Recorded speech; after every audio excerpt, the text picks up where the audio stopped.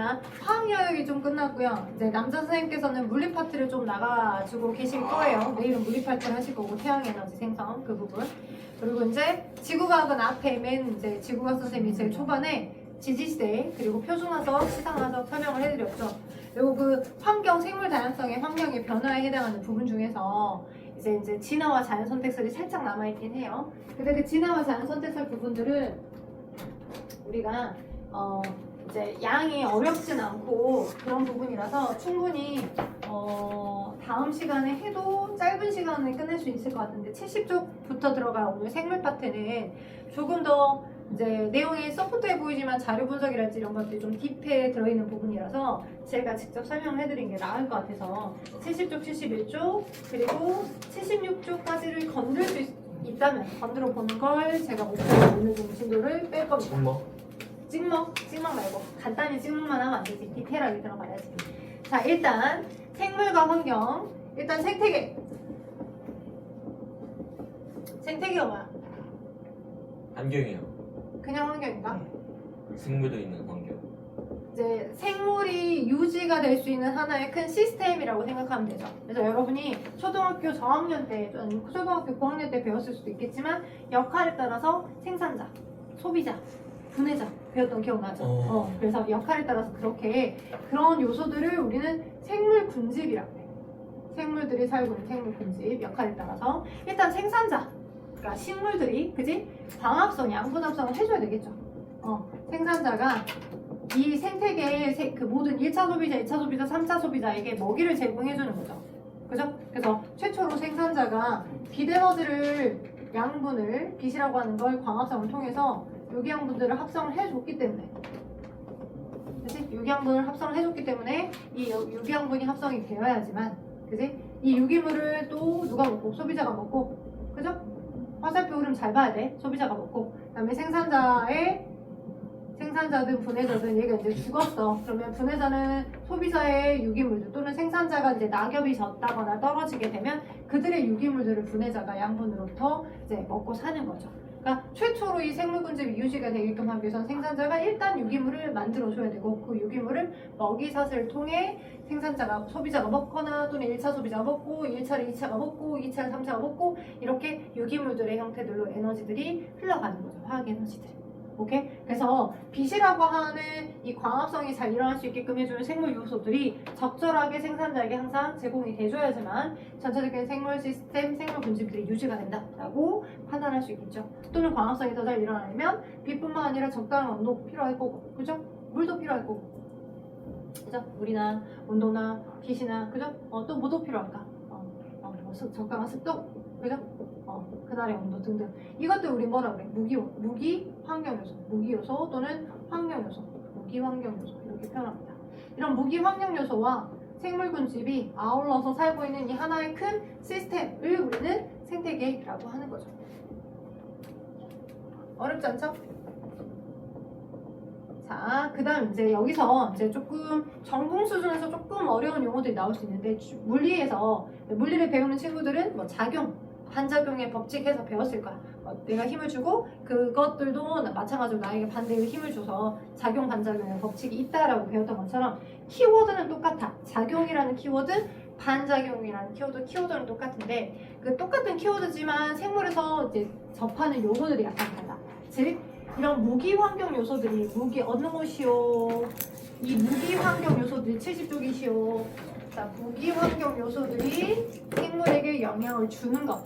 오케이? 그거 우린 작용이라고 해. 빛이 세니까 뭐 한여름이 되니까 봄보다는 훨씬 더 나무의 광합성이 더 울창하게 더 잘 일어나더라. 이런 거. 그죠? 그래서 무기 환경 요소들이 생물에게 영향을 주는 것들을 우리는 작용이라고 얘기하고요. 반대로 반작용도 있을 수 있어. 막 숲이 되게 많이 우거져 있는 우리가 계곡을 많이 찾아서 여름에 놀러 가는 이유가 뭐야? 아스팔트는 복사할 때면 너무 뜨거워. 태양 햇빛도 엄청 뜨거운데 복사열이 엄청 많이 막 제공이 되니까 너무 뜨겁다고. 근데 이 똑같은 온도의 상황이더라도 어디를 가게 되면 숲속을 가게 되면 숲이 울창하게 나무가 많이 우거져 있고 또 숲에는 또 사이사이에 계곡이라고 하는 물길도 흐르잖아. 그 물에 들어갔다가 나왔다가 하게 되면 좀 시원하지 않아. 그러면 숲이 차단을 해주고 있기 때문에 그늘을 자연적으로 만들어주니 내부에 아스팔트가 막 이렇게 되어져 있는 그런 곳에 포장 도로보다는 훨씬 더 온도가 더 떨어져 있죠. 그래서 숲이 우거져 있는 숲속 내부는 온도가 훨씬 더 낮은 건 이 생물들이 만들어주는 생물에 의해서 온도가 떨어지는 그죠? 반작용이다라고 볼 수 있어요. 여러분 책에는 작용이랑 반작용이랑 키워드는 안 나와 있기 때문에 적어주세요. 반작용 누가? 생물군집 요소가 무기환경에서 영향을 주는 것. 작용은 무기환경 요소가 생물군집에게 영향을 주는 것.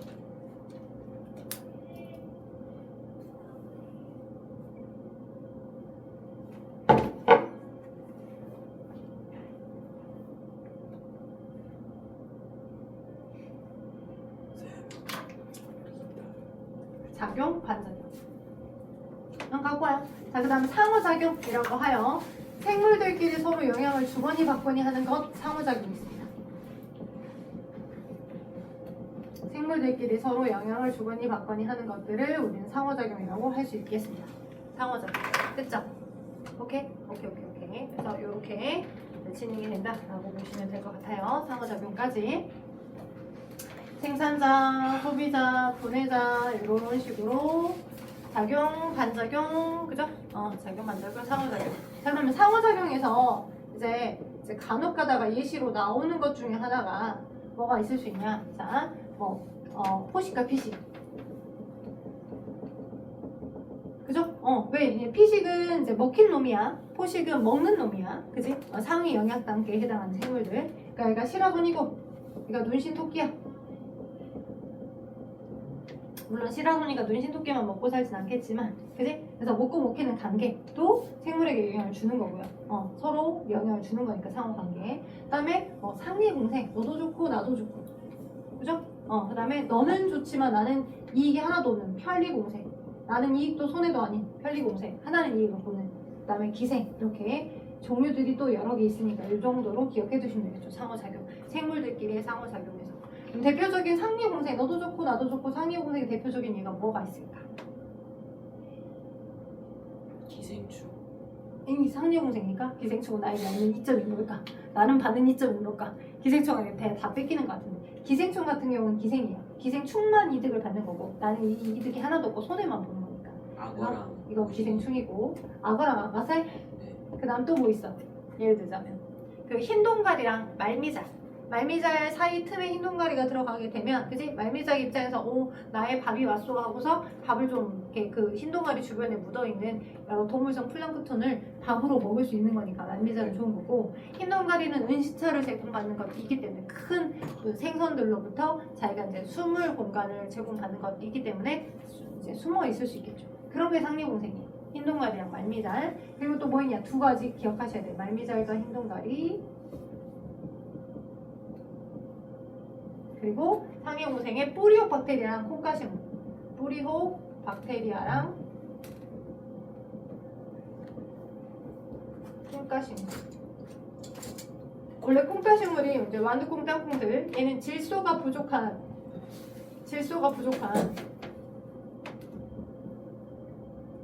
질소하죠? 네. 부족한 토양이야.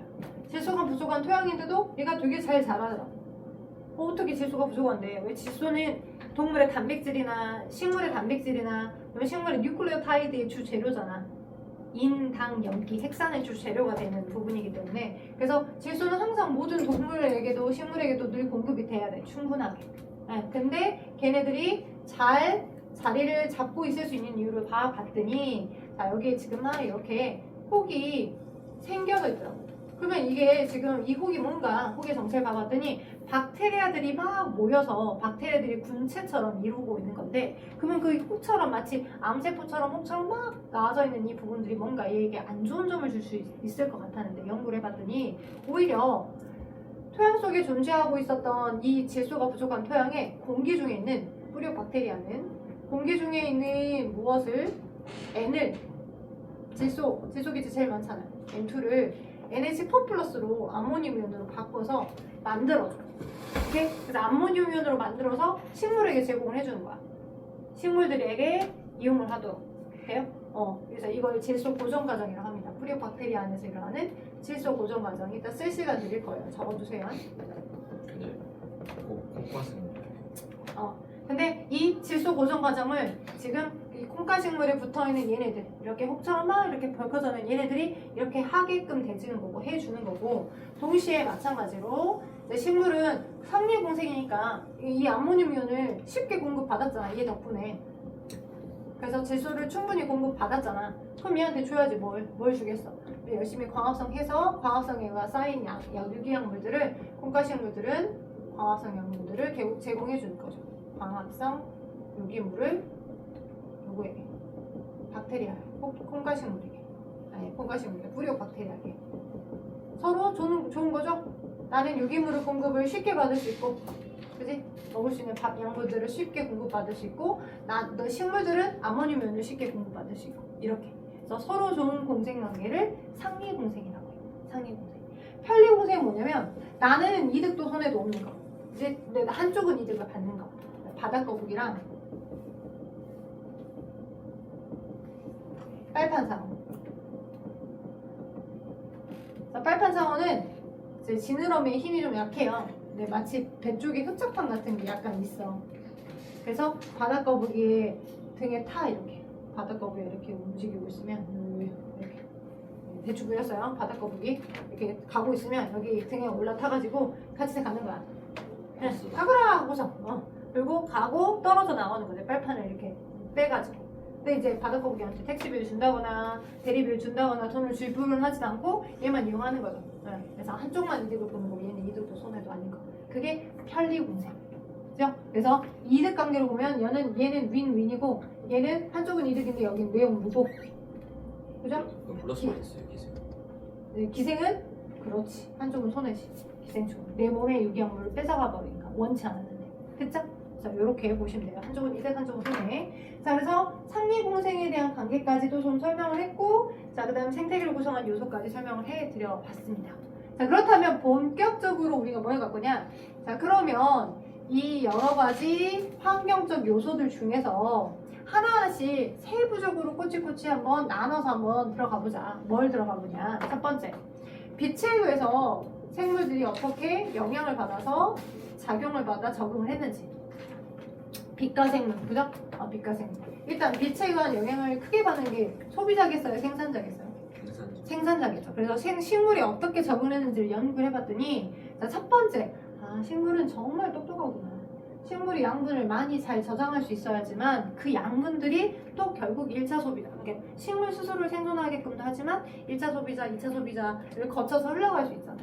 그래서 연구를 해봤더니 식물의 잎 구조가 이 햇빛을 많이 받는 맨 위쪽하고 햇빛을 적게 받는 아래쪽의 잎 사이즈도 다르고 두께도 다르다는 거야. 오케이? 그럼 우리 봐봐. 지금 한여름이니까 너무 더우니까 항상 그늘만 찾지. 파라솔 있어야 되고 양산 들고 다니고 요즘 남자들도 이렇게 양산 많이 들고 다니더라고. 그러니까 대놓고 막 어르신들 꽃무늬 양산처럼 그 양산 아니지만 우산 대용으로 들고 다니더라고. 빛 차단해야 돼요. 그 뭐 뉴스에도 나왔지만 머리 빠지는 거에 가장 큰 효과가 햇빛이에요. 선라이트. 그래서 한여름에 지금은 이렇게 풍성할 수 있지만 잘 관리하셔야 돼. 풍성할 때에서 모자 쓰고 다니는 거 괜찮고요. 빛 차단 많이 하셔야 됩니다. 아무튼 간에 그 빛에 의해서 우리 동물도 지금 굉장히 민감하게 피해다니려고 노력하는데 식물은 빛이 있어야지만 스스로 양분을 합성할 수 있잖아요. 그 양분을 잘 합성할 수 있게끔 하기 위해서 구조화되어 있어. 잎이라고 하는 공장.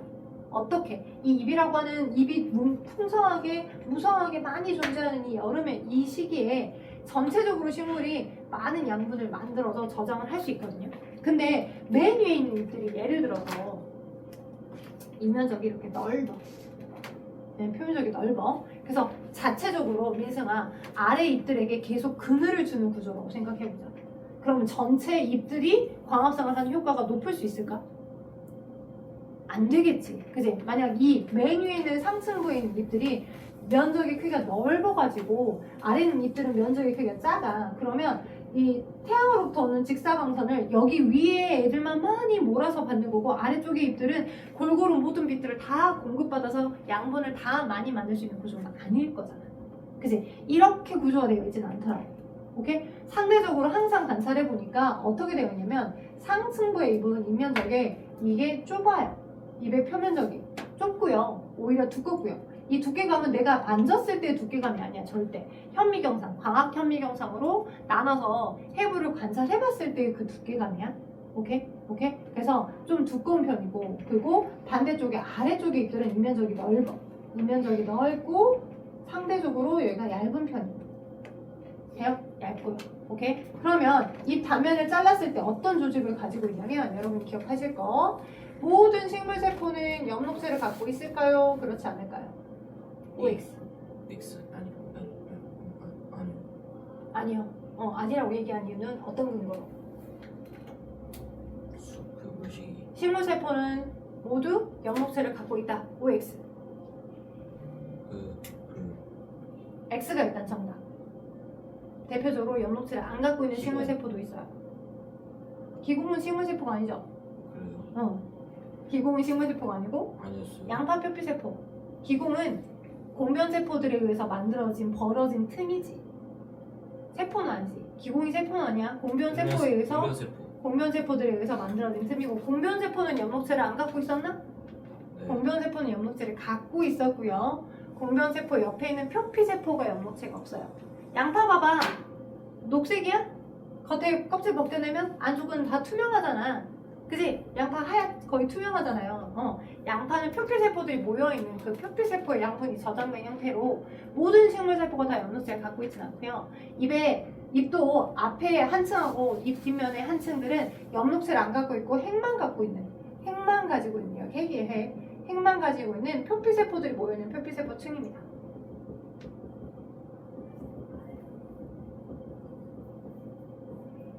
그래서 표피세포는 엽록체가 없는데, 근데 선생님 관찰해보면 잎이 되게 많이 녹색이잖아요. 엄청나게 많이 녹색이라고. 그 녹색일 수 있는 이유는 왜 그래요? 여기에 지금 이렇게 보시면 엽록체를 많이 가지고 있는 표피세포들이 모여있어요. 표피세포란다. 엽록체를 많이 가지고 있는, 그래서 가장 많이 엽록체를 가질수록 공장 역할을 충실히 할 수 있겠죠. 오케이? 그 엽록체를 많이 가지고 있고 빼곡히 질서정연하게 배열이 되어 있는 얘네들 조직을 우리는 무슨 조직이라 하냐? 울타리 조직이라고 합니다. 울타리 조직. 기억하셔야 돼요. 울타리 조직. 얘가 울타리 조직이고, 근데 상층부에 있는 이 잎들을 우린 양엽이라고 하는데, 양엽은 울타리 조직이 한 층, 두 층, 세 층까지 발달되어 있는 경우도 있어요. 제일 엽록체를 많이 갖고 있고 광합성을 많이 한다면, 얘네가 되게 많이 하는 측에 속한다라고 한다면, 이 울타리 조직을 엄청나게 많이 갖고 있어서 두꺼운 거야, 단면이. 오케이? 대신에 얘가 아래쪽에 잎들에게 그늘을 주면 안 되기 때문에 잎면적은 좀 좁은 편이고요. 돼요? 그늘 주지 않도록. 그래서 잎의 표면적은 좁고 두께는 두껍더라. 왜 두껍다? 누구 덕분에? 울타리 조직이 많이 발달되어 있어서. 네? 울타리 조직이 많이 발달되어 있어. 상대적으로 약간 위어서 존재하는, 살짝 햇빛을 받았을 때 광합성을 약간이라도 하는 위어서 존재하는 조직이 있어요. 얘는 해면 조직입니다. 그리고 해면 조직과 울타리 조직을 합해서 생물들의 기본 조직계에 속합니다 라고 표현합니다. 이요. 식물에게 기본은 광합성을 한다는 게 기본인 거야, 이렇게. 오케이? 그래서 기본 조직계에 울타리 조직과 해면 조직 두 개가 포함되어 있는데, 상층부에 있는 잎들은 울타리 조직이 되게 많이 존재해서 햇빛 받을 때, 그러니까 몰아주는 거야. 쉽게 말하면 너 위쪽에 있지 않냐. 햇빛 받을 때 아싸리 광합성을 많이 해라. 그리고 이 잎들의 순서들, 차례가 맨 위에 있는 잎들이 이쪽 방향으로 났어. 그럼 그 두 번째 층, 두 번째 열에 있는 잎들은 이렇게 나, 90도. 돼요? 그 다음 세 번째 층은 45도로 돌려놔. 왜냐면 똑같은 같은 열로 이렇게 나게 되면 계속 식물 스스로가 그 아래 있는 잎들에게 다 그늘을 주는 거잖아. 최대한 그늘을 피해서 많은 햇빛을 효과적으로 많이 받아 광합성을 많이 할 수 있도록 잎 차례도 돌려놔는 거고, 상층부의 잎은 광합성을 많이 할 수 있는 양엽이 발달되어 있고, 그러면 상대적으로 하층부는 잎들은 어때? 울타리 조직을 많이 몰아줄 필요가 없어. 하층부 잎들은. 왜? 광합성을 잘 많이 할 수 있는 환경 조건이야. 햇빛의 세기가 세지 않은 조건이라고. 아래쪽 하층부 잎들. 그래서 우연히 바람에 의해서 이렇게 흔들렸을 때 살짝이라도 약간 흔들려져 있는 지점에서 햇빛이 좀 들어온다 치면, 그러면 광합성을 하게끔 하기 위해서 잎면적은 넓어야 돼. 약간 캐치해서라도 광합성을 하도록. 대신에 울타리 조직을 많이 발달시킬 필요 없어. 왜? 어찌됐든 빛의 세기는 되게 낮은 빛의 세기만 공급이 될 거니까. 그래서 우연찮게라도 햇빛이 들어왔을 때 약하게라도 광합성을 조금이라도 너가 약간 투자하듯이 조금이라도 하려면 해라 라는 식의 해변 조직만 좀 발달되어 있는 형태. 그게 하층부에 있는 잎이야. 이게 음역의 그림. 그게 여러분 책 오른쪽에 그림에 나와 있죠. 70쪽에 보면 빛에 세게 따는 잎의 두께, 상층부의 잎 양엽, 물탈 조직이 많이 발달, 음엽은 뭐야? 물탈 조직보다는 해면 조직이 발달. 그러니까 아래쪽이 음엽이고요. 위에 쪽 그림이 양엽입니다. 양수림이라고 해서 양엽만 발달인 건 아니에요. 음수림이라고 해서 음엽만 발달된 건 아니고 똑같은 양수림이더라도 상층부의 잎과 하층부 잎에 따라서 이렇게 빛의 세기를 효과적으로 더 이용하려고 하는 노력을 하고 있더라. 생각을 하고 있더라. 라고 보시면 될 것 같아요. 되겠어요? 됐죠? 오케이. 자, 그 다음 두 번째. 자, 빛의 세기에 관한 적응을 했고요. 자, 빛의 파장에 관한 적응도 설명을 해드릴게요. 빛의 파장. 자, 우리 여러분 알다시피 빨주, 녹초, 파남보 이제 햇빛이 굴절돼서 들어오면 자, 이렇게 가시광선들이 빨주, 녹초, 파남보로 나뉘어지죠. 그죠? 그러면 많이 꺾이는 게 보라색 영역과 좀 적게 굴절되는 게 적색 영역과 빨간색, 빨주, 녹초, 파남보 이렇게 연속 스펙트럼이 만들어지는데 이게 400에서부터 약 700나노미터 정도의 파장이에요. 나노미터는 파장이 빛의 파장의 단위야. 여기까지. 이게 가시광선 영역이야. 근데 700보다 파장 길이가 좀 더 길어. 그럼 우린 그걸 무슨 선이라고 해? 적외선. 적외선. 그죠? 파장이 길면 길수록 에너지가 커, 작아? 그거요. 에너지가 파장은 이거죠. 진동수와 다르죠. 파장과 진동수는 반비례죠. 진동수가 많아야 에너지가 커요. 파장이 크다는 건 파장이 길다는 건 진동수가 작다는 거고 진동하는 횟수가 적다는 거고 반비례니까 파장은 진동수의 반비례. 진동수가 에너지와 관계가 있거든요. 진동하는 횟수가. 그래서 얘는 에너지가 낮아. 따뜻해 보이긴 하지만 그지? 근데 투과되는 정도는 낮아. 근데 오히려 이 청색강, 보라색 강보다 파장의 길이가 더 짧은 이 영역들을 우리 뭐라 합니까? 그러면? 그죠? 얘가 자외선이에요. 자외선 차단 크림 꼭 바르고 다녀야 된다라고 하죠? 남자쌤도 이번에 방학 때 우리 그 여수 놀러 갔었는데 하루 정도인가 깜빡 아니라 물에서가 그지? 워터프루프를 발라도 잘 씻겨서 없어지다 보니까 좀 탔어요 남자쌤. 너 정도까지는 아닌데 톤이 약간 탔어요? 그러니까 우리 규빈이는 항상 탄 톤이죠. 근데 아니 더 타진 않았어요. 넌 안 탔어요. 원래 톤이 그래요. 원래 톤이. 근데 남자쌤은 거의 바깥을 안 돌아다니시는 편이다 보니까 여름쯤 되면 하루 정도만 물에서 놀았는데 좀 타더라고요. 근데 실내에 좀 많이 있다 보니까 좀 탄 편인데 그럴 때 자외선 나도 모르게 자외선이 들어오는 정도로 파장이 짧아서 에너지가 크거든요. 얘는 파장이 짧고요. 파장이 짧으니까 에너지가 커요. 그래서 투과율이 높아요. 깊숙이까지 들어온다고요. 그래서 그런 걸 우리가 피부암이나 이런 것들로 발달될 수 있기 때문에 차단해주기 위해서 자외선 차단 크림을 최대한 바르고 움직이라고 하는 이유가 다 있는 겁니다. 자, 근데 제가 파장을 얘기를 해줬던 이유 중에 하나는 이 빛의 파장 영역이 가시광선 안에서도 파장의 영역들이 빛의 수심에 따라서 깊이 투과되는 정도들이 다를 거잖아. 수심에 따라서. 그치? 그래서 수심이 낮은 곳은 낮은 영역은 자 청색광도 들어오겠죠. 적색광도 들어올 거고요. 맞죠? 근데 수심이 되게 깊은 곳은 적색광이 에너지가 크지 않기 때문에 적색광이 들어갈 수 있을까요? 못 들어가. 되게 수심이 깊은 곳은 적색광이 못 들어가고요. 어디까지? 청색광 영역까지만 주로 들어가요. 여기는. 되겠어요? 그래서 자 해조류들 빛에 있는 빛을 이용해서 광합성하는 해조류도 있는데 크게 세 종류 있어. 녹조류, 갈조류, 그다음에 청조류. 홍조류. 까먹었다. 홍조류. 이렇게 청조류가 아니라 녹조류, 갈조류, 홍조류 이렇게 세 종류가 있는데 자 주로 홍조류는 이 얕은 곳에서부터 여기 깊숙한 곳까지 다 살아. 홍조류는 오케이? 근데 수심 깊은 곳에 잘 살 수 있도록 나름 적응이 잘 된 형태라고 보면 녹조류는 얕은 곳까지만 살아. 갈조류는 이 사이에 해당하는 영역까지. 도대체 얘네들이 왜 이 영역에만 사는 건지 궁금해서 이렇게 녹조류 일부를 따서 홍조류가 주로 잘 사는 수심 깊은 곳까지 배치를 시켜봤어. 그랬더니 다이다이 죽어. 오케이? 반대로 홍조류는 여기 깊은 곳에 있는 홍조류를 따서 수심 얕은 곳에 배치시켜봤어. 그럼 얘들은 살아. 얘는 사람. 오케이? 그러니까 아 나름의 진화 적응에 뭐가 있나 보다라고 판단할 수 있겠죠. 특히 녹조류를 수심 깊은 곳으로 배치시켰을 때는 살지 못했던 이유를 봐봤더니 녹조류의 경우는 오랜 시간 동안 수심 얕은 곳에만 살도록 진화가 적응되다 보니 주로 광합성에 이용하는 엽록체 자체가 여러 엽록체들을 갖고 있을 건데 이 엽록체의 엽록소라는 빛을 흡수하는 색소들이 주로 뭐만 적색강만 주로 광합성에 흡수해서 이용하더라는 거예요. 적색강을 주로 빛을 세기로 흡수해서 이용할 수 있도록 진화 적응된 형태.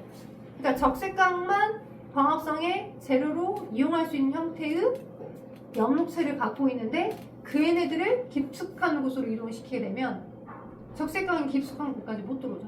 못 살겠지. 생존이 불가능한 거고. 근데 홍조류는 깊은 곳에도 살지만 얕은 곳에 살 수 있는 이유는 적색강뿐만 아니라 청색강도 광합성을 이용하거든. 오케이? 그래서 주로 홍조류가 깊은 곳에 배치가 될 수 있었던 이유는 이 홍조류 속에서 이용하는 광합성을 잘 할 수 있게끔 사용하는 엽록체는 뭐하고 뭐를 갖고 있더라? 주로 청색강을 흡수할 수 있도록 하는 걸 갖고 있더라. 잘 이용해. 그러니 적응해서 잘 살았겠지. 알겠어요? 오케이? 그래서 홍조류. 그래서 빛의 파장에 따라서 나름 적응하는 케이스들이 서로 다르구나. 여러분이 시험을 보신다라고 한다 그러면 어떤 종류들에 해당하는 게 홍조류고 어떤 종류들에 해당하는 게 갈조류고 어떤 종류들에 해당하는 게 이제 녹조류인지를 기억하셔야 돼. 오른쪽에 보니까 나와 있네. 규빈아 뭐라고 나와 있어? 녹조류의 대표적인 얘는 누가 있대? 녹색을 띠는 파래랑 청각. 청각이 있대. 오른쪽에 나와 있죠. 녹색을 띠는 조류로 파래 청각이 있다고요. 파랑. 그러니까 파란색이 깊숙이 잘 들어간데 홍조류야 라고 외워버리면 안 돼요. 망한 거야. 반대야 오히려. 그지? 파래는 그죠? 이 수심 얕은 곳에 존재하긴 하지만 파랗게 보여서 그런 부분일 것 같고 오히려 홍조류에 여러분 주변에서 자주 먹었던 김. 그래서 김이 되게 우리는 싸게 쉽게 공급받아서 먹잖아요. 그러니까 김을 주로 사서 먹는 것보다 선물 받아 들어왔을 때 먹는 경우들 좀 많죠. 김을 대놓고 집에서 사서 먹는 경우들은 없을 수 있어. 내가 좀 원래 그래서 그런가. 아니면 김 하나만 있으면 다 밥 먹어라고 하는 경우는 많이 없어서. 근데 또 없으면 그렇긴 하지만 엄청나게 수출이 잘 되는 거 알죠? 왜냐면 지금 외국인 애들이 간식으로 와도 아니면 김을 되게 많이 선호하는 편이래요. 그래서 엄청나게 우리의 거의 이렇게 수출돈을 많이 벌어오는 요소 중에 하나가 김입니다. 근데 엄청 깊숙한 곳에서 끌어가지고 얘를 얇게 말려가지고 생산품을 만들다 보니까 무겁대요, 엄청. 그래서 그죠? 여러분들 내가 공부가 좀 안 돼서 돈을 좀 일찍 벌어야 되겠다 싶으시면 한번 김 공장에 일을 하러 갔다 와. 한번 일 한번 해봐. 그러면 공부가 세상식구나. 공부로 풀어먹어야겠다 느낌이 빡 올 겁니다. 김, 그 다음에 우뭇가사리니까 깊은 곳에 사는 홍조류에 해당하는 거. 외우세요. 오케이? 자, 다음 갈조류는 그 중간쯤에 해당하는 어둠에 해당하는 얘들 누구 있어? 미역하고 다시마는 갈조류입니다. 미역 다시마가 홍조류는 아니라는 걸 기억하세요. 오히려 왠지 미역하고 다시마가 깊은 곳에 더 있을 것 같죠? 아니에요. 김이 오히려 홍조류에 속한다는 걸 기억하시면 되겠습니다. 김이랑 미역이 달라요. 자, 다르죠? 달라요. 종자 자체가 다릅니다. 미역, 다시마 달라요. 그리고 김도 다릅니다. 그래서 다시마 일부를 펼쳐가지고 김을 만든 거 아닙니다. 아예 종자 자체가 다르다는 걸 기억하시고 이렇게 빛의 파장에 따라서 생물들이 적응해서 진화 적응한 형태다라고 보시면 될 것 같아요. 잠깐만 쉬었다가 12시 딱 되면 1조 시간에 대한 적응부터 쭉쭉쭉 또 나갈 거니까 벌써 또 피곤해하신 분이 계시네. 좀 쉬었다가 보고 시행하십시다. 한 가지 잡아야 되는데 마지막에서 광주기성, 빛의 파장까지는 했죠. 광주기성 설명할게요. 한참 넘겨보면 72쪽에 중간 정도의 그림에서 장기식물, 단위식물에서 빛과 생물에서 나와 있어요. 그 부분하고 이제 아래쪽에는 온도를 설명할 건데 보니까 이제 빛의 광량의 변화를 인지해서 뭔가 생물들이 적응해 간 것 같다라고 하는 것 중에 특히 이제 식물은 개화 시기가 광 주기를 결정하는 요소인 것 같아요. 그러니까 광 주기의 변화에 의해 개화 시기가 좀 달라지는 형태의 두 종류의 생물들로 나눌 수 있겠구나라고 판단하고 있거든요. 그럼 어떤 식의 식물들이냐? 일단 단일 식물과 장일 식물로 두 개로 구분해 볼 수 있어요. 구분을 해봤어요. 사람들이 연구를 해서 관찰했더니 말 그대로 일주기가 개화를 결정하는 거야. 낮의 길이. 그러니까 낮의 길이가 짧아지는 걸 인식해서 개화가 되는 식물인 것 같다. 반대로 낮의 길이가 길어지는 걸 인식해서 개화를 하는 식물인 것 같다. 이렇게. 오케이? 자, 그래서 단일 식물의 대표적으로 보면 낮의 길이가 짧아지는 걸 인식해서 개화되는 식물들은 주로 언제겠어? 가을쯤. 그죠? 해의 길이가 되게 길었었는데 해의 길이가 짧아지는 걸 인식해서 개화되는 형태들의 식물들, 국화나 코스모스 계열들이 대표적인 단일 식물들에 해당하는 종류가 되겠죠. 네, 장일은 이제 봄에서부터 여름으로 가면 갈수록 낮의 길이가 되게 길어지잖아. 그래서 낮 길이의 길이가 길어지는 걸 인식해서 개화되는 식물인 것 같다라고 분류되는 아이들. 장일 식물에 누구 있겠어? 그럼 수소나, 그지? 또는 토끼풀. 이런 것들이 이제 예시로 많이 나옵니다. 오케이? 자, 그래서 실험을 실제 해봤어. 어떤 식의 실험 해봤냐면 거기 책의 그림에 나와 있는 것처럼 하루 동안 24시간이면 24시간 중에 반틈 12시간 이렇게 있으면 자, 누구 식물에게? 단일 식물에게. 자, 낮기는 짧고 밤의 기는 길게끔 이런 실험 처리했더니 장일 식물은 개화가 되더라. 오케이? 오케이. 그리고 반대로 이런 조건을 똑같이 장이식물에게 실험을 해줬더니 장이식물은 개화가 안 되더라. 그쵸? 그리고 그렇다면 진짜로 장이식물이 낮의 길이가 길어졌을 때 개화되는지를 알아보기 위해서 낮 길이가 길어지는 형태로 이제 빛을 이만큼 주고, 그죠? 반대로 B금이 암기의 시간을 이만큼을 줬더니 이때는 장일이 개화가 되더라. 근데 오히려 단일은 개화가 안 되더라. 말이 맞죠? 그쵸? 그래서 낮 길이의 변화를 인식해서 개화가 되나 보다 이렇게. 근데 이제 이게 조금 더 심한 원죄의 수준으로 광주기성의 문제가 만약 들어가다 보면 어떤 부분이 들어가냐면, 그러니까 그럼 진짜 찐으로 낮 길이의 길이 변화를 이제 해가 있는 시기의 길이가 짧고 해가 있는 시기의 길이가 길어지는 걸 인식해서 진짜 개화를 결정하는 건지 아닌지가 정말 궁금해서 찐으로 궁금해서 이렇게 해봤어. 추가적인 실험 해보면 어떻게? 이 첫 번째 실험처럼 비슷하게 실험 처리를 했는데 똑같이 단위 식물에게 자, 이쪽이 긴 야였어. 굉장히 긴 야. 긴 야를 제공해줬는데 이 긴 야를 어떤 식으로 이렇게 가운데쯤에 라이트를 줘가지고 이제 섬광, 빛을 살짝 더 준 거야. 그래서 이 정도의 빛만 얘게 제공되는 형태처럼.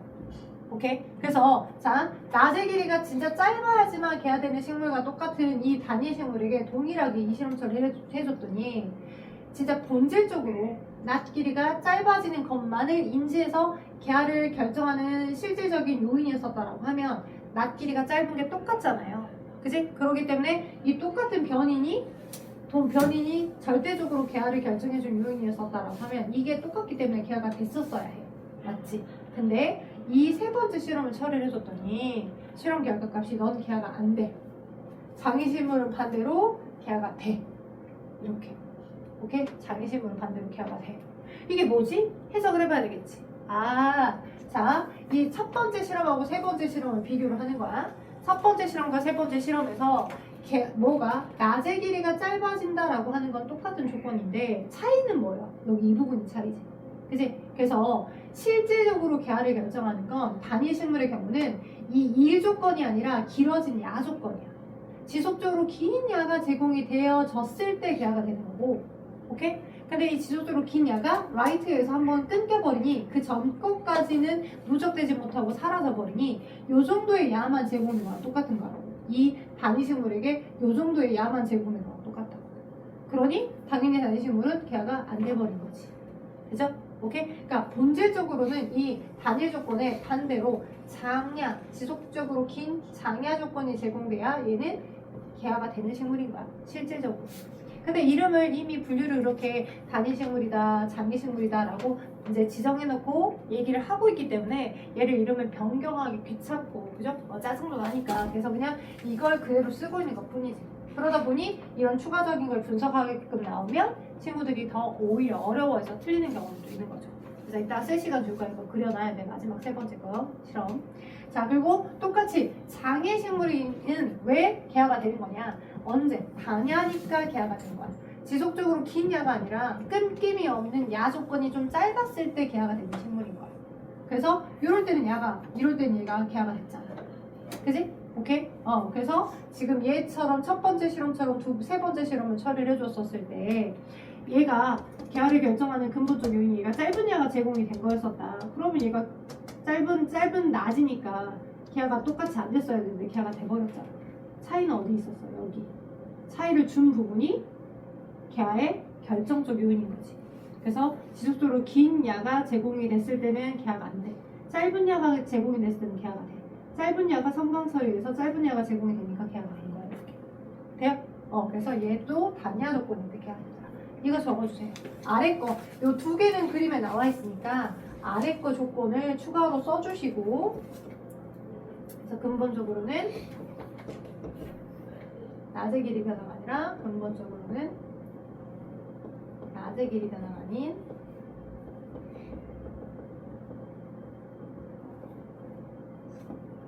지속적으로 기냐.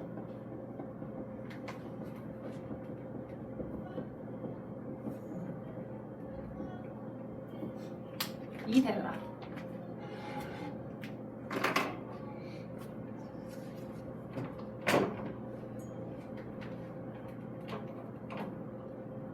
뭐 지금 식물을 속인 건가? 속인 거냐고? 속인 거냐고? 식물을 속인 거냐고? 속여서 개화시킬 수도 있지. 원해하는 사람들은. 그 식물들한테 수분 스트레스를 막 주면 식물이 원래 꽃이 안 피는 시기인데도 꽃대를 올려서 꽃이 올라오기도 해요. 그러니까 이제 자기네가 완전히 말라 죽겠다. 나 이제 죽을 것 같아. 죽기 전에 씨를 퍼뜨리고 죽어야 돼. 라고 하는 그런 느낌적인 느낌이야. 꽃대가 올라가는 거. 이거 실험 입이 칠한 거죠? 이거 실험 점이 칠한 거? 아니 뭐 그렇죠. 이제 빛의 양을 조절할 수 있는 그 램프로 했겠죠. 햇빛으로는 이제 자연 조절이 안 되니까 그렇죠. 그래서 이런 조건도 있다라는 걸 꼭 기억을 해두시면 좋겠다라고 말씀을 드려보는 바입니다. 자, 그다음 이제 앞으로 오셔서 70조로 다시 오시면 1조 시간에 의한 생물의 적응의 하나로 동물의 적응에서 나와요. 동물의 적응. 자, 동물은 꾀꼬리랑 종달새. 그러니까 얘가 생식하는 주기를 마치 봄, 여름, 가을, 겨울에 낮의 길이 변화를 감지해서 이제 어느 정도 생식 주기가 들어가는 거죠. 왜냐면 특히나 이제 송어나 노루 같은 경우는 일조 시간이 짧아지는 가을에 번식을 해, 생식을 해. 그래야 겨울까지는 이제 엄마의 뱃속에서 보호를 받고 이제 양분이 많은, 주로 먹을 거나 풀 뜯어 먹을 거리가 많은 봄쯤이 됐을 때 갓난 애기들이 태어날 수 있거든. 그러니까 그런 광주기 변화를 인식해서 생식에도 참여한다라는 거, 동물의 생식에도 참여된다는 걸 기억해 두시면 될 것 같아요. 그래서 빛에 관련된 부분에 생물의 환경에 의해서 생물이 적응한 케이스들 어떤 식으로 영향을 받는 것들은 이제 끝났고요. 두 번째, 온도에 의해서 생물이 어떤 식으로 적응을 하는지를 한번 봐보도록 할게요. 동물이 온도에 의해 적응하는 케이스, 식물이 온도에 의해서 적응하는 케이스, 이 두 가지가 시험 문제 좀 많이 나온다. 데이터 분석이랄지 자료를 주고서. 근데 동물들이 온도에 의해서 적응한 케이스들을 잘 관찰해봤어. 어디? 사막 지역의 여우랑 극지방의 여우. 물론 여우라는 종은 똑같지만 거기서 오랜 시간 동안 사막 지역에서 날고 태어나는 개체가 사막 지역 여우겠죠. 또 마찬가지 극지방의 여우도 오랜 시간 동안 그 극지방 한대 쪽 지역에서 추운 지역에서 오랜 시간 날고 태어난 얘네들의 특징이 있겠죠. 오케이? 그래서 그걸 관찰해봤어. 해봤더니 어디 사막 지역에 살고 있는 여우들은 거의 귀가 커. 그리고 몸집도 왜소해. 네, 왜소하다는 말은 지방 저장이 좀 작아. 근데 반대로 극지방의 여우는 몸집, 체중의 크기는 커. 근데 말단분은 적더라. 이게 온도에 의한 적응한 케이스와 똑같아. 우리 생각해봐. 겨울이 되면 최대한 지금 현재는 노출을 좀 하고 있죠. 타는 걸 하더라도, 타는 걸 감안하더라도 그래도 너무 더우니까 조금이라도 바람 불 때 바람을 좀 더 맞게끔 하기 위해서 반바지도 입고, 그죠? 그다음에 민소매도 입고 그러고 다니고 있잖아. 근데 이제 겨울에 그 민소매만 입고 다닌다면 너무 추운데 바보 아니야? 혹시 뭐 이상한 거 아니야? 라고 생각할 만큼이잖아. 겨울이 되면 여러 겹을 껴입어서 보온을 해야 되는 거고, 특히 여러분 스키장 같은 데 놀러 갈 때 어때야 돼? 최대한, 그죠? 나는 바람이 귀로 들어가면 너무 이게 거기 뇌에 송곳이 꽂히는 것처럼 너무 춥더라고. 그래서 최대한 귀마개도 하고, 그죠? 그다음에 막 목도리 하고 이제 바람이 안으로 못 들어가게끔, 칼바람이 안으로 못 들어가게끔 이제 막잖아요. 그런 것처럼 말단부의 크기가 크면 열을 손실시키는 정도가 커. 그러니 오랜 시간 동안에 적응에 의한 형태로 말단부의 크기를 줄인 거야. 말단부의 표면적의 크기를 줄인 거야.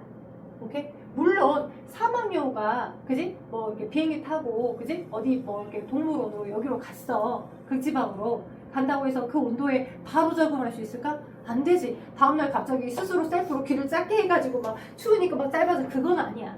오랜 시간 동안 그 극지방에 오래 적응한 형태의 그 극지방 여우들은 말단부의 크기를 줄였더라. 오케이? 대신 지방 저장, 체중은 높여서 한겨울에 더 잘 버틸 수 있게끔 하더라. 지방은 특히나 1g당 더 많은 열량을 내잖아. 9kcal. 반대로 얘는 체내 열을 많이 발산시켜야 되니까 열 발산량을 높이게끔 하기 위해서, 이거 우린 열 발산량이라고 합니다. 열 발산량을 잘 높일 수 있게끔 하기 위해, 자, 어떻게? 귀 크기를 크게, 그죠? 내 몸에 열들을 말단부로 많이 돌려보내서 이 더운 여름에 그 열을 많이 손실시킬 수 있도록 말단부의 크기를 크게끔 해준 형태가 이렇게 되더라. 크게. 네, 그다음에 지방 저장은 오히려 적게 하죠. 더우니. 네, 그래서 체중은 적게. 이런 식으로 온도에 따라서 동물들이 나름 적응을 했구나. 오케이? 그리고 또 얘네들은 이제 정원동물이니까 온도를 일정하게 유지하기 위해서 그렇게 조절이 된 형태라고 보시면 되면, 변온동물은 온도에 의해서 자기 일정 온도를 유지하는 시스템 자체가 없어. 주변 온도의 영향을 그대로 받는 거야, 변온동물. 그래서 그렇다고 해서 얘네들이 이제 더운 겨울이 됐어. 더운 겨울이래. 추운 겨울이 됐어. 그럼 그 추운 겨울이 됐을 때 스스로 막 보일러를 내부에서 틀어가지고 열을 만들어가지고 지킬 수 있냐? 그럴 수 없어. 근데 최소한 생존을 하게끔 하기 위해 최소한의 효소 시스템만 가동되는 거야. 심장을 뛰게끔 한다거나 하는데 필요한 최소한의 효소 시스템, 낮아진 온도에서도 발현할 수 있는 최소한의 효소 시스템만 가동이 돼서 변온동물들 같은 경우에는 겨울 잠깐 활동이나 이런 행동은 하지 못하도록, 그것들이 잘 들어가지 않도록, 그렇지만 추운 겨울에 그 추운 지역에 너무 바깥이 춥기 때문에 최소한의 생존에 필요한 효소들만 돌아가게끔 해서 이제 겨울잠 동면에 들어가는 거지. 일시정지지. 생존만 하는, 심장만 뛰게끔 하고 활동은 안 하겠지만 그 이제 웅크리고 있으면서 생존은 해져 있지만 온도가 풀리면 그 온도가 높아진 온도에서도 활동을 잘 할 수 있게끔 해주는 형태의 효소들이 활성화되니까 움직이게끔도 되고 활성화가 되는 형태들, 이렇게 보시면 될 것 같아요. 그래서 동물이 온도에 따라서 적응한 형태들 두 가지를, 정온과 변온 두 가지로 기억해 두시면 될 것 같고, 식물이 온도에 의해서 적응한 형태들, 일단 여러분이 예상은 못했겠지만 식물이 가을이 되고 겨울이 되면 잎을 떨치죠. 그 잎을 떨치는 작업을 우리는 낙엽이라고 합니다. 그죠? 이제 늦가을 되면 낙엽이 다 쌓여 있어서 막 다 쓰레기잖아. 그지? 다 환경미화부가 다 치워주시긴 하는데 우리 사계절 변화를 우린 느끼고 있잖아. 그지? 봄 되면 이제 약간 잎이 없었는데 얘가 조금씩 초록이 조금씩 생기가 돌아. 한여름 내가 지금 엄청 막 언제 잎이 하나도 없었냐는 듯 잎들이 다 무성하게끔 다 초록초록을 하고 있잖아. 한여름 이빠이 마땅 완벽하게 많이 벌어가지고 자신이 유기물 다 저장한 다음에 한겨울은 일부러 그 잎들을 다 떨치고 난 다음에 여름 한철 열심히 벌어제낀 유기물로부터 양분을 분배해서 겨울을 버티는 거야. 오케이? 버티고 다시 봄이 되면 새 잎을 나게끔 해서 또 최대한 봉사하는 역할로 많이 버는 거야. 그러니까 지금이니 할 때 막 열심히 양분을 많이 합성해놓고 그 합성해뒀던 양분을 나눠서 쓰는 거야, 겨울이 될 때. 왜냐면 자, 특히 낙엽수림들은 어찌됐든 엽록체라고 하는 게 온도가 낮아지면 파괴돼. 오케이? 온도가 낮아지면서 순차적으로 파괴되면서 보조색소들의 색깔이 도드라져서 뭐 노랗게 보인다거나 단풍 드는 거야. 은행나무의 색깔이 그 녹색이었던 얘네가 노랗게 되고, 그지? 또는 뭐 빨갛게 되고 단풍이 들어지는 거거든. 그러면 엽록체가 파괴가 되면서 온도가 낮아지면 파괴되면 얘가 어찌됐든 광합성 해주는 역할은 없다고. 그러니까 한낮 그 여름 한철에 열심히 양분을 다 합성을 해놓는 거고 그게 단풍이 들면서 점점점 이 잎이라고 하는 것 자체가 광합성의 메인의 역할들을 제대로 수행해줄 수는 없어. 많은 엽록소가 없고 파괴되어 있는 상태니까 오히려 내 있던 양분들을 소진시켜 그 잎들을 유지하게끔 하기 위해서. 그래서 그냥 양분을 다 비축을 해놨다가 얘는 겨울을 그냥 물을 손실시키지 않고 버티자라고 하여 이렇게 이제 잎들이 이렇게 있으면 잎에 연결된 줄기 가운데 부분에 이제 거의 여기가 녹색이 아니에요. 거의 낙엽이 돼서 빨갛고 이게 나이가 들어간 완전 단풍이 든 얘네들이야. 그래서 떨켜층을 만들어. 떨켜층이 이제 들어보시면 알겠지만 그 국어 지문 같은 거 비문어 지문 읽을 때 나오기도 하거든요. 그러니까 떨켜층을 만들어서 예정된 잎 떨침을 하는 거야. 그러니까 일부러 여기에 죽은 세포층, 여기에 죽은 세포층을 잘 쌓아서 만들어놔. 그래서 죽은 세포층을 이미 만들어놨다가 바람이 푹 불면 이미 여기에 세포들로 다 죽어져 있어서 생살이 이렇게 칼로 베어 매듯이 딱 잘라지는 게 아니라 미리서 나도 이제 세포벽을 쌓아놓고 너도 세포벽을 쌓아둬서 바람이 휙 떨어지면 그러면 살아있는 세포들이 노출이 되는 게 아니라 이미 막아져 있는 상태의 세균이나 이런 것들이 들어오지 않도록 예정된 잎 떨침을 하는 거지. 그래서 잎을 다 떨쳐서 여름에 비축해놨던 광합성을 뭐 줄기나 아니면 뿌리나 이런 것들 비축해놨다가 나눠서 쓰는 거야. 겨울을 버티는 거지. 이렇게. 오케이, 겨울 눈에서. 됐죠? 오케이? 그래서 이런 식으로 이제 낙엽을 식혀가지고 한 겨울을 나는 거는 온도에 의해서 나름 이렇게 적용을 한 거고요. 또 상록수림 같은 경우, 낙엽수림은 일부러 겨울에 잎을 떨치는 거고 겨울이 되면 상록수림은 어때요? 잎을 항상 갖고 있죠. 소나무, 그죠? 소나무.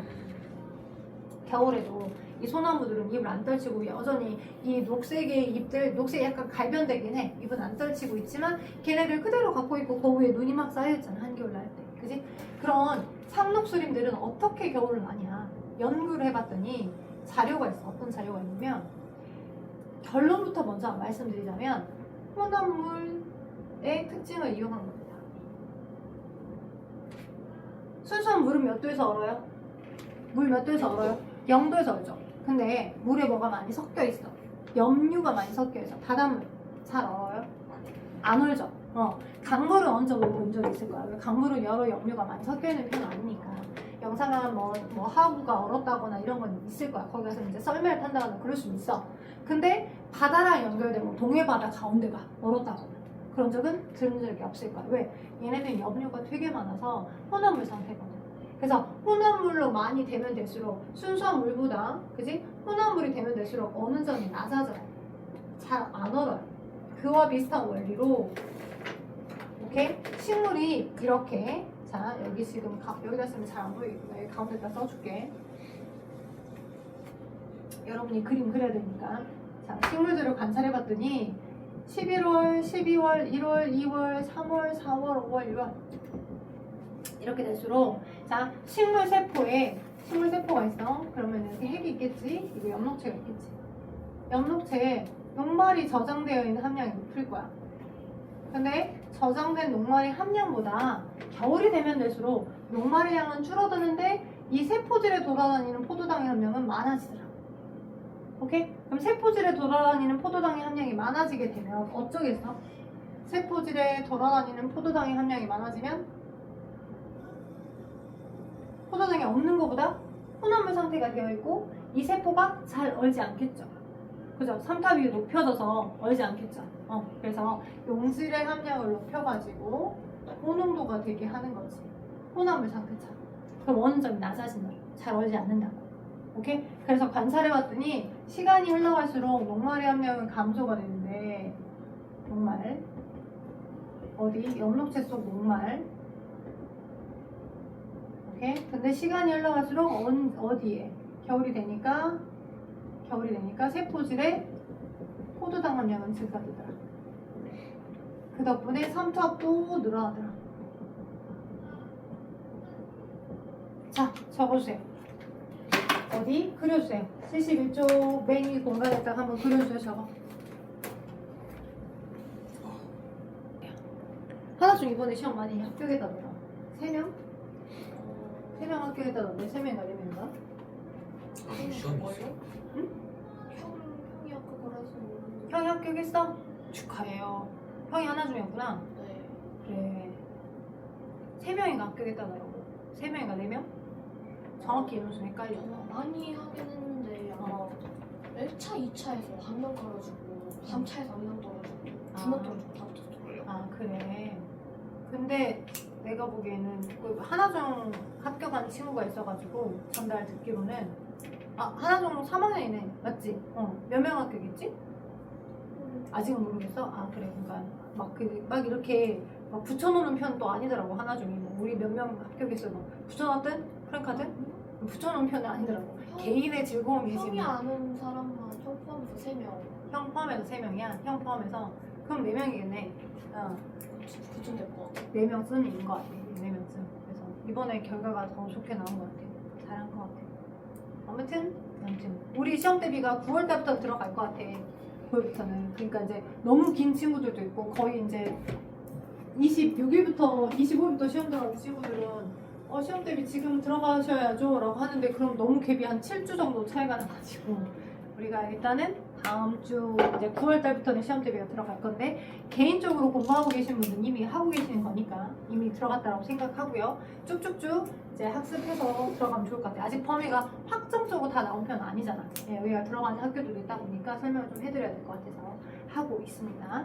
자, 여튼 생물의 온도에 의한 적응까지 식물의 적응까지 설명을 드렸어요. 그래서 어느 점 내림 현상처럼 이렇게 적응해서 흘러가고 있구나라고 판단하시면 될 것 같아요. 자, 그래서 온도에 의한 적응 설명했고요. 그 후에 이제 식물의 적응의 형태로 여러분 책 71쪽에 보시면 툰드로아에 사는 털송이 풀은 잎이나 꽃에 털이 나 있어서 체온이 낮아지는 걸 막는다라고 되어 있잖아. 그지? 그러니까 털이 많이 나 있어 잔털들 덕분에 보온의 효과를 조금 갖고 있어. 열을 계속 유지하는 효과를 갖고 있어서 체온이 낮아지는 걸 막는 역할을 갖고 있고, 그다음에 식물들의 잎의 표피에 보면 큐티클층을 갖고 있어요. 그러니까 여러분 용어가 좀 생소해서 헷갈리시면 안 되는데 약간 왁스랑은 또 다르고요. 입의 앞면과 뒷면 표피에 큐티클층을 갖고 있어서 약간 보온을 해준 효과들도 갖고 이제 수분에 대해서 조절해준 효과를 갖고 있습니다. 큐티클 많은 물이 직사광선에 의해서 식물 세포의 물들이 많이 날아가지 않도록 이건 수분에 의한 보호야. 물에 의해서 식물 자체가 보호해주는 케이스 큐티클층을 갖고 있는 거고 동물들도 마찬가지. 이제 동물의 날개 곤충들 보면 그죠? 곤충 날개 어떻게 그려야 되냐? 내가 그림을 안 그리지. 이건 입이냐? 자, 곤충의 날개라고 합시다. 그러면 곤충 날개 표면 자체가 직사광선을 많이 받잖아. 근데 그림을 좀 그려봐야 되는데 맞죠? 그림을 너무 너무 직사광선을 많이 받잖아요. 그래서 그 직사광선부터 자신의 세포의 물을 뺏기면 안 되기 때문에 이때 얘네들 그 반짝반짝거리는 그 표면은 키틴질이야. 키틴질. 곤충. 그래서 곤충은 키틴질, 그다음에 동물 얘네들은 이제 큐티클층이라고 보시면 될 것 같아요. 식물은 나머지 이제 뭐 물에 의한 생물의 적응으로 사막에 사는 포유류가 농도가 진한 소변을 보겠죠. 왜냐면 물을 아껴야 되기 때문에 되게 내부에서 엄청나게 수분을 재흡수를 여러 번 해가지고 사막에 살고 있는 포유류들은 되게 농도를 진한 소변을 봅니다. 네, 소변 속에 있는 물들을 대사수들을 많이 이용하는 형태들. 캥거루쥐도 우리 이제 배웠죠. 콩팥. 포유류의 기본적인 콩팥이 이렇게 있으면 콩팥에 이제 사구체, 보문 주머니, 세뇨관들이 많이 들어있고 콩팥 깔때기가 안쪽에 있고 오줌관을 거쳐 요돌 방광에 오줌이 쌓여서 바깥으로 버려지잖아. 근데 이 네프론이 엄청나게 사구체가 이렇게 있으면 이렇게 보문 주머니가 있고 이렇게 이제 세뇨관이 이렇게 있단 말이야. 근데 이 세뇨관을 둘러싸고 있는 주변의 모세혈관이 우리 일반적인 온대지방에 살고 있는 포유류들보다 얘가 어메이징하게 엄청나게 많이 얘를 검토하듯 감싸고 있어요. 이렇게 엄청나게 많이 감싸고 있어서 여러 번의 재흡수를 통해 물을 최대한 많이 모세혈관 쪽으로 다시 받아들여서 그 물을 이용할 수 있는 형태라고 보시면 돼요. 그래서 사막에 살고 있는 캥거루쥐들은 물에 대해서 이렇게 조절되고 있더라라고 보시면 될 것 같아요. 물에 의한 조절. 그리고 한 가지만 더. 식물에 의한 적응. 식물이 물에 대한 적응을 하는 케이스. 뭐? 연. 물이 많은 수생식물들은 연꽃, 연의 줄기. 물속에 계속 잠겨 있으면 햇빛 못 받고 광합성을 많이 못 하겠죠. 어느 정도 적당히 물 표면에 떠야 돼요. 부력을 유지한 채로 떠야 돼. 그러게끔 하기 위해서 엄마들이 막 연 조림이나 이런 거 해주시면 연의 단면, 연 줄기 단면이 이렇게 빵꾸가 이렇게 뿅뿅 뚫려 있죠. 이런 식으로. 연 조림을 해요. 연 조림. 조림. 몰라요? 몰라요? 은근 연근, 맞아. 연근. 어. 연근나무. 그게 연근. 이게 뿌리 근자에 쓰는데 실제 깊숙한 곳 물 안에서 뽑아냈기 때문에 연근이라는 표현을 썼어. 근데 실제 뿌리 단면을 먹는 게 아니야. 연의 줄기 부분을 먹는 거고, 이렇게 구멍이 마치 환풍기 마냥 구멍이 뻥뻥 뚫려 있는 여기가 통기 조직이야. 기체들이 드나들 수 있게끔 해준 통기 조직. 그래서 통기 조직을 오히려 더 발달시켜서 얘가 어느 정도 표면에서 떠야죠. 그죠? 깊숙이 잠겨있으면 광합성을 더 못할 거니까 적당히 떠야 광합성을 할 수 있기 때문에 이런 식으로 조절되고 있다라고 보시면 돼요. 통기 조직. 그래서 통기 조직들 형태들을 갖고 있다라고 하는 걸 기억해 두시면 될 것 같아요. 수령과 생이가래. 그 다음에 건조한 곳에 살고 있는 식물들은 입의 면적이 작거나 입이 가시로 변해서 수분의 증발. 선인장 같은 경우 입이 가시로 변해서 수분의 증발을 막아준 형태로 진화가 되죠. 그리고 토양에 관한 생물의 적응으로 토양 속 수많은 생물들이 서식합니다. 지렁이. 근데 지렁이가 많이 존재하는 토양일수록 토양의 질이 더 좋죠. 구멍이 빵빵 뚫려서 공기 속에 있는 공기, 산소들이 더 잘 토양 속에 머금을 수 있기 때문에. 그리고 배수도 잘 될 거고. 그리고 공기에 관한 생물의 적응으로 우리 고산지대에 살고 있는 사람들 같은 경우는 훨씬 더 적혈구의 개수를 더 많이 발달시켜서 동일한 단위 시간 동안 혈액이 쓱 지나갈 때 적혈구를 많이 갖고 있으니 750만 개 정도 공기 주변의 산소들이 부족할 때 산소를 많이 받아올 수 있겠죠. 그래서 이렇게 나름 공기 조건에 의한 적응을 한 케이스들이 있더라. 자, 71쪽 1, 2번 지금 완성 한번 해줘봐. 71쪽에 있는 1, 2번 지금 완성 한번 해주시고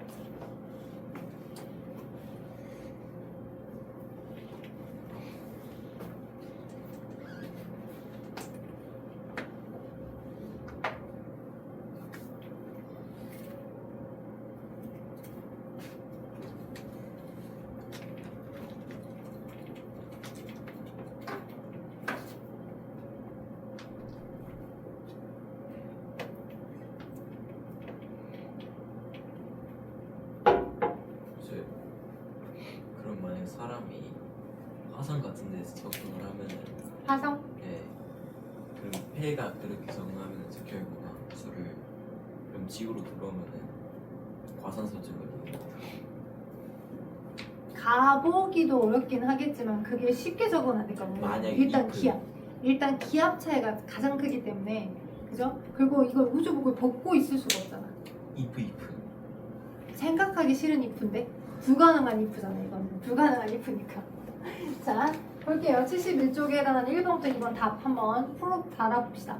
자, 일정한 지역에 살고 있는 같은 종의 개체들이 모여 군집을 이룬대 라고 되어 있죠. 자 볼게요. 군집이라고 하는 것과 개체와 개체 한 명 한 명을 개체라고 합니다. 한 명 한 명. 사람이라는 개체, 그 다음에 여러분 집에서 키우는 반려견 있으면 걔도 하나의 개체야. 그리고 일정 지역에 살고 있는 같은 종으로 이루어진 집단. 일정 지역에 살고 있는 같은 종으로 이루어진 집단. 그게 개체군이에요. 근데 일정 지역 내에, 그죠? 일정 지역 내에 사람이라고 하는 생물 종만 있는 건 아니잖아요. 그죠? 여러분이 느끼고 있을지 못하겠지만 이렇게 미생물들도 같이 우리 공간 안에 있을 수 있잖아요. 그죠? 그리고 사바나, 열대 사바나 초원을 생각하면 이쪽에 기린 개체군이 있으면 저기 연못 지나서는 그 기린을 잡아먹으려고, 그지? 사자나 포식자들이 더 보고 있을 수 있으니까 여러 개체군들의 모임을 군집이라고 해요. 일정 지역 내에 살고 있는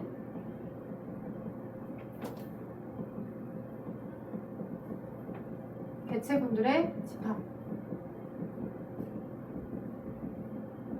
군집 줄여서. 그지? 감다살처럼. 감다 죽었네, 감다 살았네 이런 것처럼 줄임말로 군집. 그리고 이 군집들이 여러 개가 있으면서 그 생물 군집을 유지시키게끔 하기 위해서 무기환경 요소와 생물 군집을 같이 고려한 거. 그거 우리는 뭐라고 해? 생태계라고 해. 생태계. 그쵸? 오케이? 그래서 개념 정리 잘 받으시면 돼요. 그래서 첫 번째 1번은 뭐냐? X다? X다. 개체들이 모여서 개체군을 이룬다 라고 해야 되는 게 맞는 거야. 개체군. 두 번째, 군집을 이루는 각 개체군이 다른 개체군 및 환경과 영향을 주고받으며 살아가는 것, 체계, 생태계라고 합니다. 맞죠? 세 번째, 분해자는 버섯이나 곰팡이나 세균들, 걔네들은 다른 생물의 배설물이나 죽은 생물을 분해해서 약물을 얻습니다. 맞죠? 자, 다음 식물 플랑크톤과 동물 플랑크톤. 자, 플랑크톤은 물속에 떠다니는 유기물처럼 생명체가 아닌 것처럼 보이지만 물속에 떠다니는 얘네를 말하는 건데 더 세부적으로 나누면 식물성 플랑크톤은 생산자야. 동물성 플랑크톤은 소비자야. 뭐 해저 새우들이나 물속에 살고 있는 걔네들. 그래서 모두 생산자에 속한다면 틀려. 정확히 분류하면 동물성 플랑크톤은 1차 소비자야. 오빠 듣고 있어요, 규빈씨? 네, 동물성 플랑크톤은 1차 소비자예요. 1차 소비자. 그다음 빛과 온도, 토양, 온도, 공기 등 비생물질 맞죠? 옵니다. 자, 한 식물에서도 강한 빛을 받는 잎이 약한 빛을 받는 잎보다 더 두껍다. 너 햇빛 많이 받니? 아싸리 광합성에서 돈 많이 벌어라. 울타리 조직을 많이 발달시킨댔죠? 그래서 두껍고 잎면적은 좁아요. 그래서 옵니다. 오고요. 빛의 세계 관찰은. 개구리는 겨울이 되면 땅 속에 겨울잠을 개구리나 또는 뭐 카멜레온, 그죠? 도마뱀, 얘네들 다 변온동물이죠. 변온동물은 일시정지하고 있는 동안, 심장만 뛰고 있는 동안에 포식자한테 먹히면 안 되잖아. 그래서 본능적으로 그런 이제 조금 그런 곳을 찾아서 스탑되는 거야. 겨울잠에 들어가. 온도의 완차분이. 새알은 단단한 껍질, 그죠? 새 안에도 굉장히 많은 물들이 포함되어 있을 건데 그 물이 손실되거나 이러지면 안 되잖아. 난항물질 같은 걔네들이랑. 그래서 단단한 껍질에 덮여 있습니다. 맞습니다. 그래서 물입니다. 마지막 고산지대, 자, 산소적, 공기적, 그래서 공기라고 써주시면 될 것 같아요. 자, 넘겨서 자, 75가 일단 숙제고요. 그죠? 75쪽 풀어주다가 퇴근합시다. 1등급도 좀